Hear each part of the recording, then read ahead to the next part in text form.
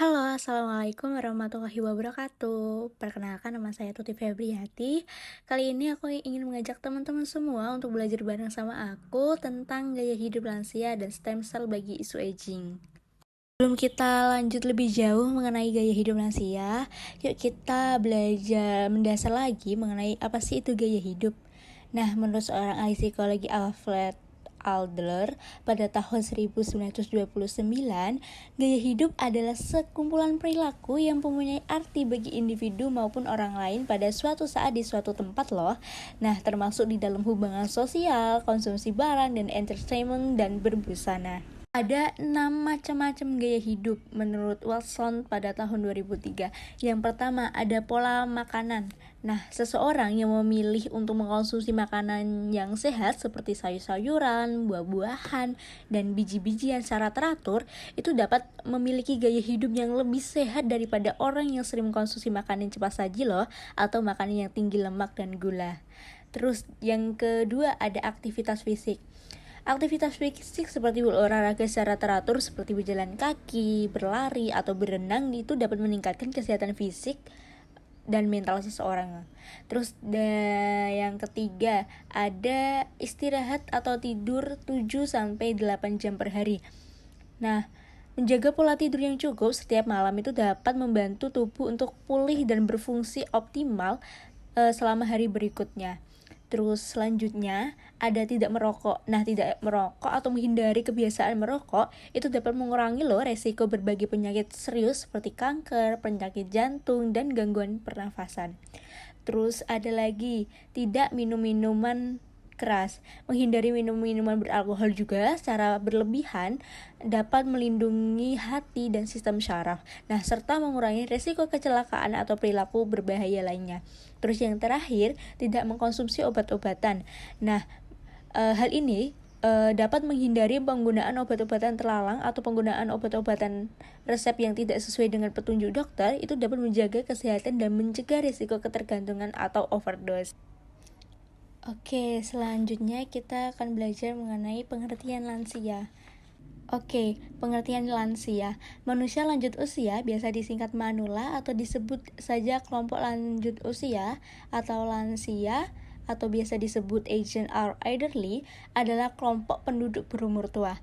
Nah, menurut Undang-Undang Republik Indonesia Nomor 13 Tahun 1998 tentang Kesejahteraan Lanjut Usia Bagian 1 Pasal 1, lanjut usia diartikan sebagai individu yang telah mencapai usia 60 tahun ke atas. Nah, batasan dari WHO, World Health Organization, kelompok lansia meliputi mereka yang berusia 60-74, lansia tua 75-90 tahun, dan lansia sangat tua di atas 90 tahun, yaitu menurut Sojiningsih pada tahun 2018. Oke teman-teman, kita akan membahas lagi ya mengenai gaya hidup lansia. Nah, gaya hidup lansia itu merupakan salah satu faktor yang mempengaruhi kesehatan dan kesejahteraan mereka loh. Nah, gaya hidup yang sehat itu dapat membantu lansia untuk menjalani kehidupan yang aktif, mandiri, dan memperpanjang masa hidup dengan kualitas yang sangat-sangat baik. Nah, gaya hidup lansia itu mencakup berbagai kebiasaan sehari-hari seperti kegiatan sosial, pola makan, tingkat aktivitas fisik, interaksi sosial, dan kebiasaan kesehatan lainnya yang mempengaruhi kualitas hidup dan kesejahteraan mereka loh teman-teman. Nah, ini ada menurut Willis pada tahun 2009 yang menyebutkan bahwa gaya hidup sehat bagi lansia adalah pemenuhan kebutuhan nutrisi yang baik, latihan dan olahraga, istirahat dan tidur yang cukup, serta tidak merokok loh. Dan ini ada 4 poin mengenai gaya hidup lansia. Yang pertama ada aktivitas fisik dan mental. Ini mungkin lansia bisa menemukan hobi baru, bermain musik bersama teman-temannya, membaca, atau melakukan kegiatan sukarelawan yang bermanfaat bagi diri sendiri dan masyarakat sekitar. Terus poin kedua ada aktivitas fisik.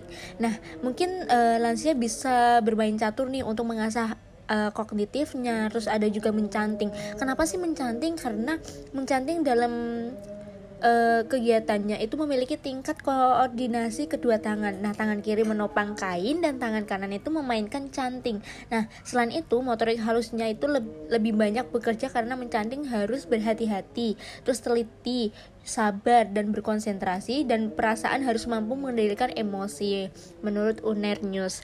Nah, Terus ada lagi kemandirian dan kontrol lansia.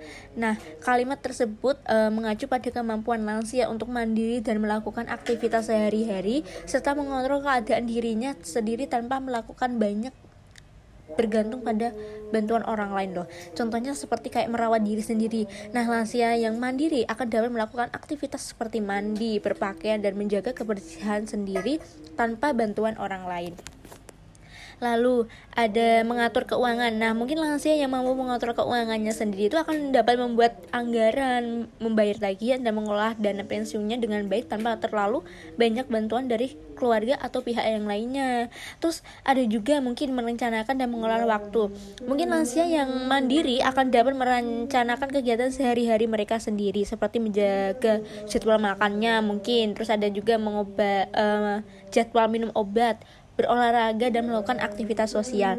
Terus mungkin juga ada lagi mengelola kesehatan. Lansia yang memiliki kontrol atau kesehatannya akan melakukan tindakan pencegahan seperti menjaga pola makan yang sehat, berolahraga secara teratur, dan rutin memeriksakan kesehatannya.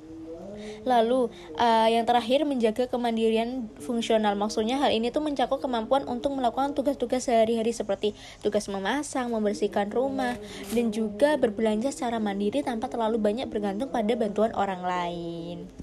Oke teman-teman, kita masuk ke pembahasan kedua ya. Nah, kita akan membahas mengenai stem cell bagi isu aging. Lalu apa sih itu stem cell? Nah, stem cell adalah sel biologis yang memiliki kemampuan untuk meremajakan diri dan menghasilkan lebih banyak sel yang berguna dalam membentuk sel baru. Lalu, apa sih fungsinya dari stem cell ini? Nah, fungsinya tuh banyak sekali teman-teman. Yang pertama mungkin bisa digunakan untuk terapi regeneratif. Nah, terapi regeneratif itu memulihkan jaringan dan organ yang rusak atau sakit melalui regeneratif sel.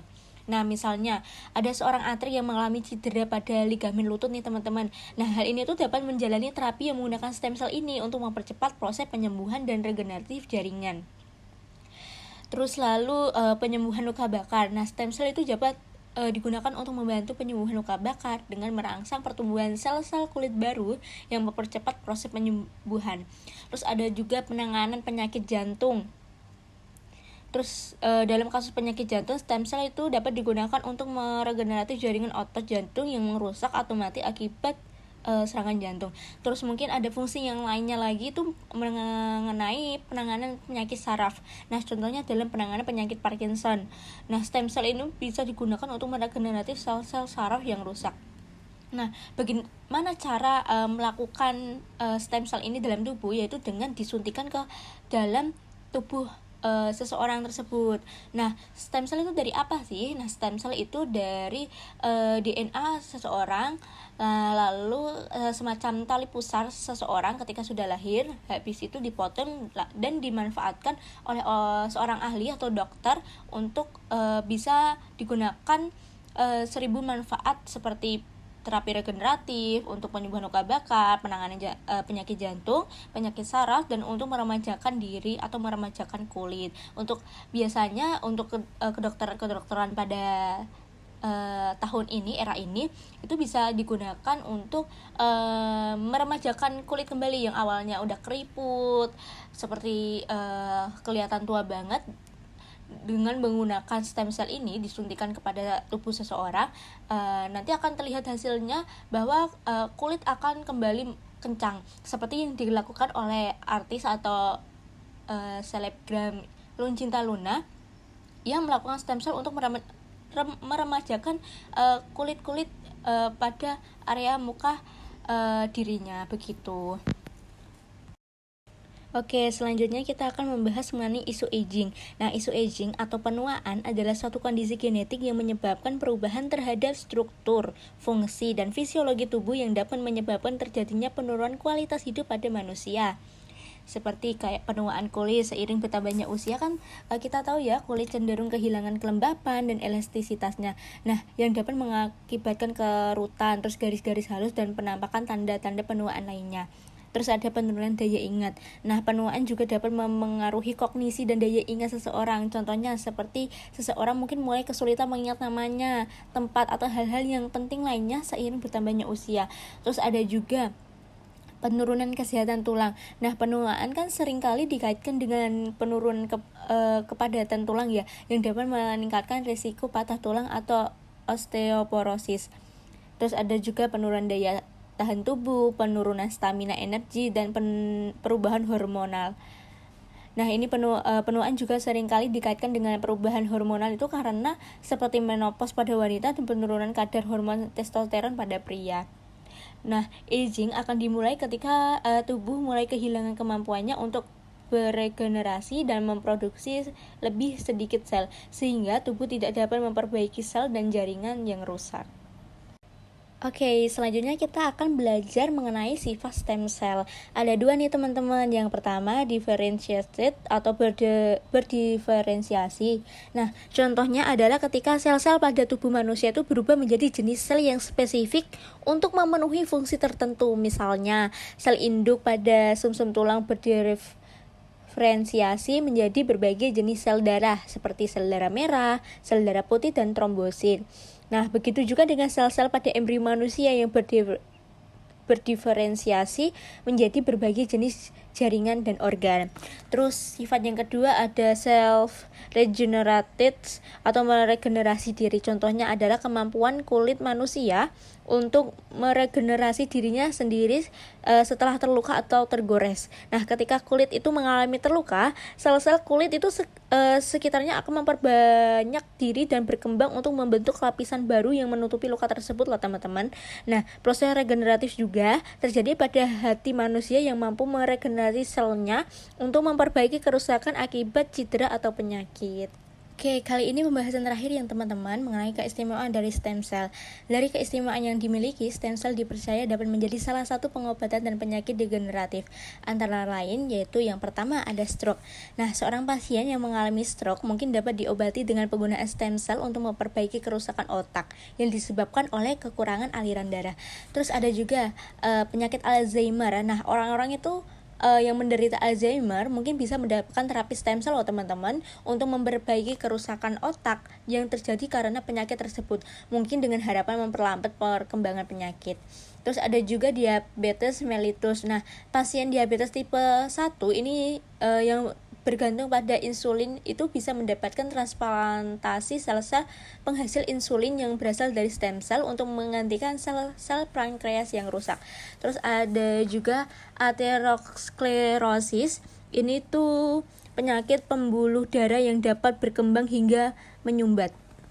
Nah, stem cell juga dapat digunakan untuk memperbaiki kerusakan pada pembuluh darah yang disebabkan oleh penumpukan plak yang merusak karakteristik dari aterosklerosis ini. Terus yang terakhir ada infark miokard, itu serangan jantung. Pasien yang mengalami serangan jantung atau infark miokard bisa menerima terapi stem cell untuk membantu memperbaiki kerusakan jaringan otot jantung yang terjadi selama serangan tersebut. Nah, itu tadi materi belajar kita bersama. Mungkin dari teman-teman ada pandangan lain mengenai apa yang saya sampaikan, boleh ditulis di kolom komentar ya teman-teman. Terima kasih, senang belajar dengan teman-teman semuanya. Wassalamualaikum warahmatullahi wabarakatuh.